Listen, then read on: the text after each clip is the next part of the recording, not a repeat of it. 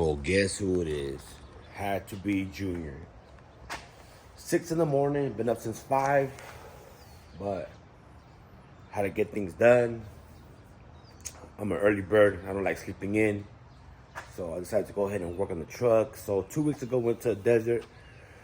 While we were coming up the grade, my truck started overheating. It's cold, by the way, it's fucking cold. And when we noticed, my radiator was cracked. So now we gotta go ahead and fix it, get it on the road, because I've been driving this 2000 every day, and that's just tiring. Because my badass getting in and out of that car, it's a struggle. So this is what it is.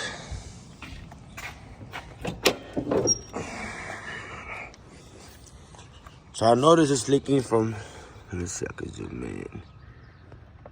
From around that area, which I believe this thing probably cracked or broken. Can't even see it. But I got a 4-core aluminum radiator that we're gonna install. And to get better footage, I ended up buying this, so we'll go ahead and mount it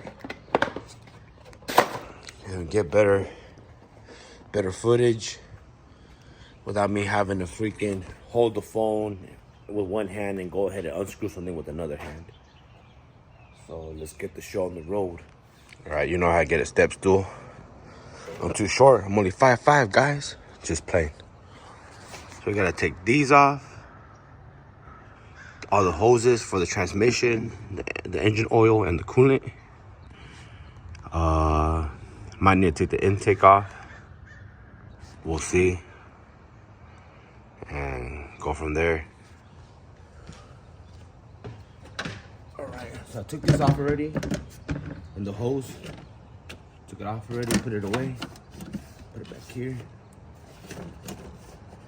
Go.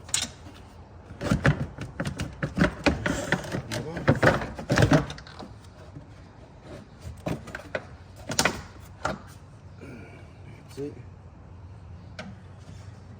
You guys want to reuse this, go ahead and save it. If not, put it to the side. All right. Next thing, this right here. I'm gonna remove the fan.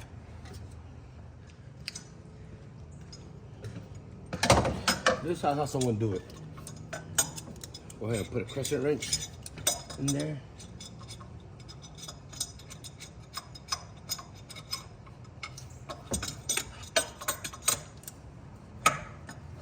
Hit it.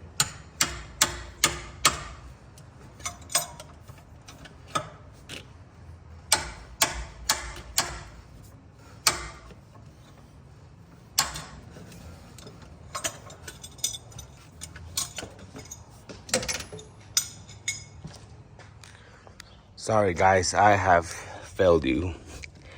I actually had to go get the tool and do it with the tool, and not just with that, with a sledgehammer, because this shit ain't budging. I'm gonna put you right here. Let's see how it is.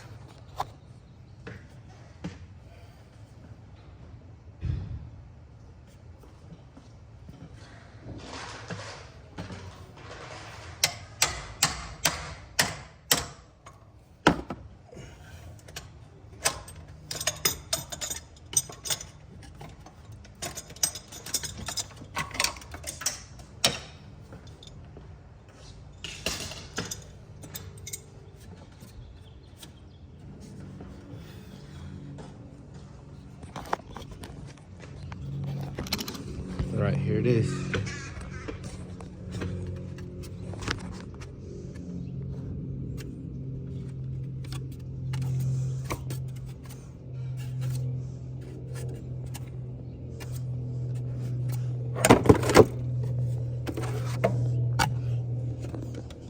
The worst part, freaking AutoZone. They even have the pins that go right here. So what I did, I got a nut, a bolt, a screw, put it in there, Got another screw. Put it in here.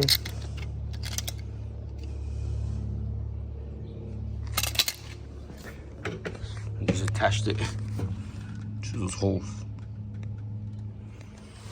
Yep. Next thing up, that pin. Just go ahead and like open it up, unhook it.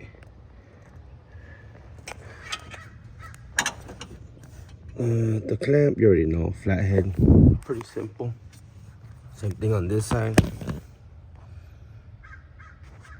See, can you see it? Sorry, damn dirty as, that's just rusty as fuck. Unhook that little clip down here as well. Take off the top hose, and that's it. Take off those hoses. That one's a clamp. There you go. All right. Okay, now that's off.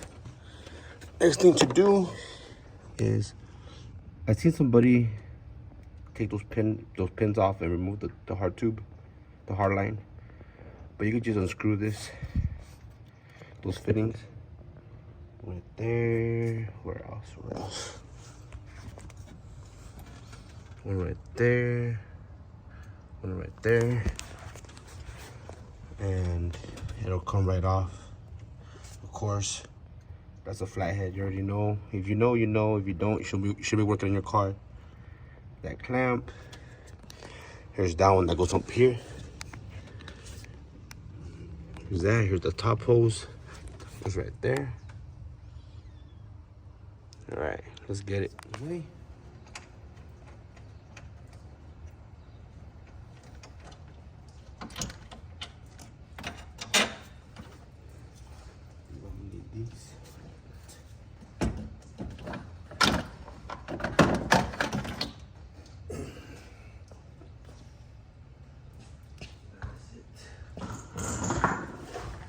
Here you go. Shit. I'm pretty sure you're looking from there. You could tell that rust. And I saw it leaking from this side right here. So right there. I don't know what it was, but that's what it is. Let me go ahead and show you the new one.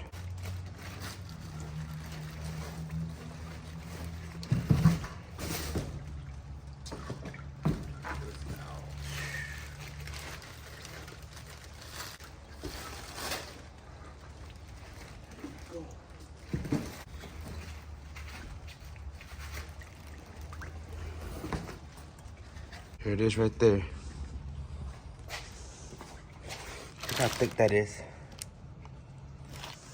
Dual fans. All new fittings.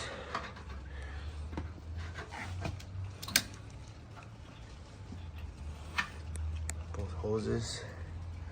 This one's under tight. Oh, it's loose.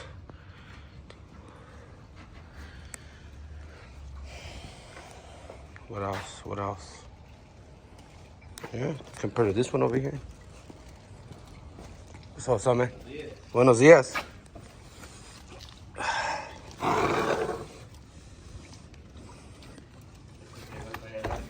Simon. All right, so since it does come with new fittings,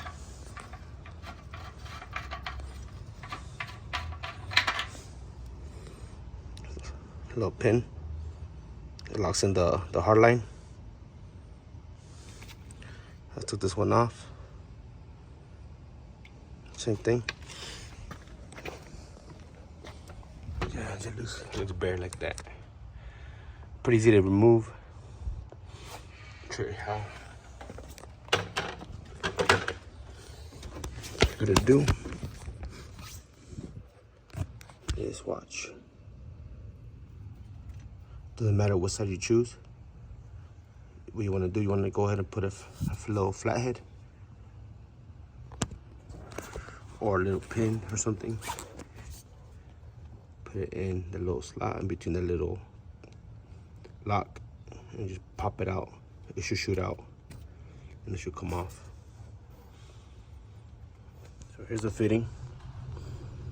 we can do is take that off. All you gotta do now, just let me do this with one hand. Hold on, let me zoom out. So here's how it looks on the inside. There's a round tip right there. It literally just plug and play. You push them in. Hold on. Oh, let me do it real quick.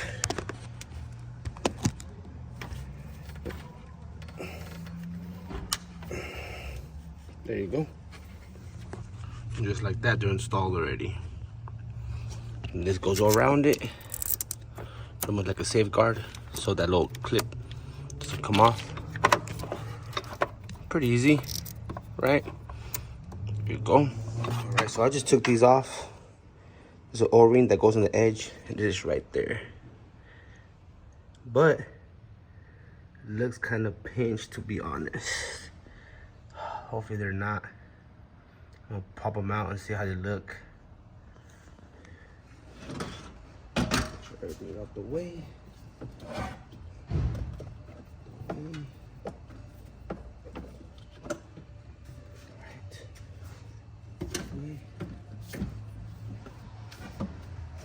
Alright. Drop it in there.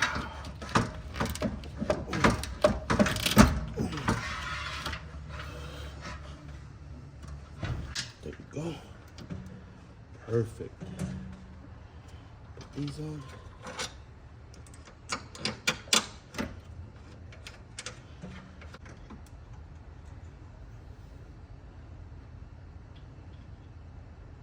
So something I noticed in other videos is the forecourt will stick out, the radiator plus the fan. But I was looking it up and it says that on the HDs or the XL Suburbans, they're actually the right ones, the forecourt. So it sits flush. See? Compared to a normal 1500, the radiator will be popping out right here. It's a cool thing. It's a plus size on this. All right, there's a coolant I'm gonna use. Check it out. Dex Cool. This is the best one that you get for your truck. 95 and newer, GMC, Chevy, Buick, Cadillac. I bought two just in case, because you already know that dual core is gonna take up all the fucking coolant. Let's see.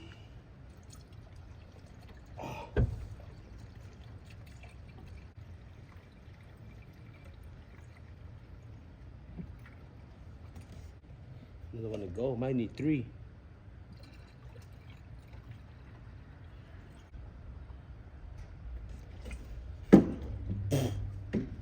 Great.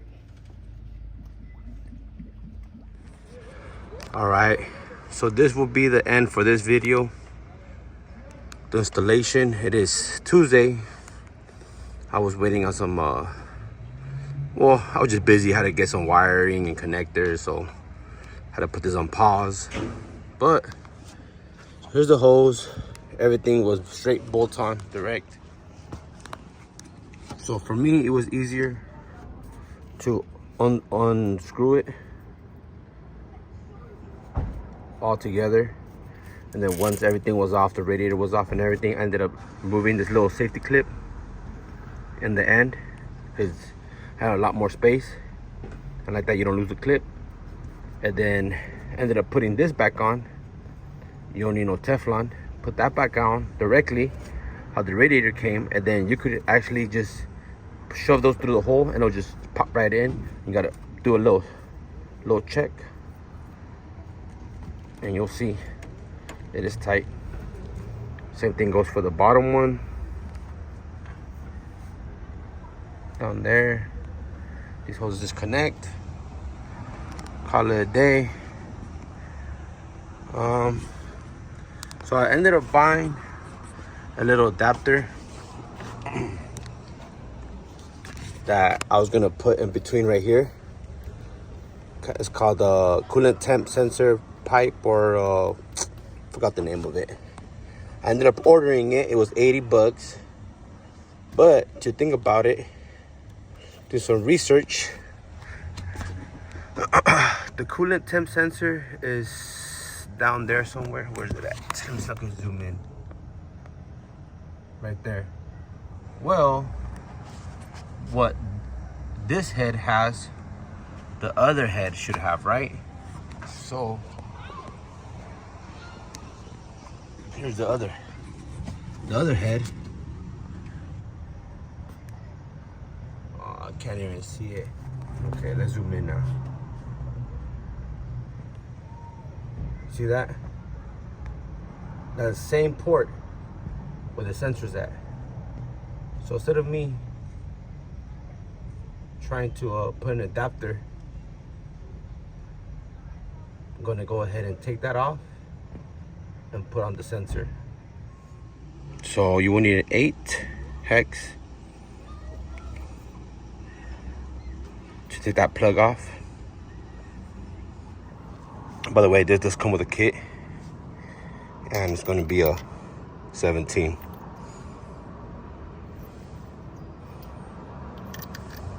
See?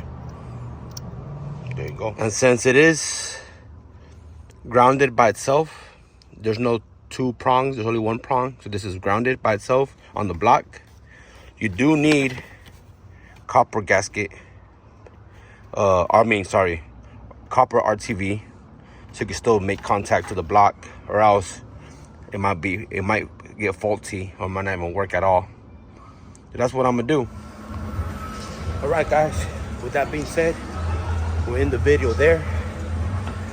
It will be part 1 of the installation video. The next video, we'll figure out where to put the sensor at, get the relay all set up and dialed in, and finish the job. Don't forget to like, share, subscribe, leave a comment, and see you guys soon in part 2. Peace out. Oh yeah, let me get back to my cardio.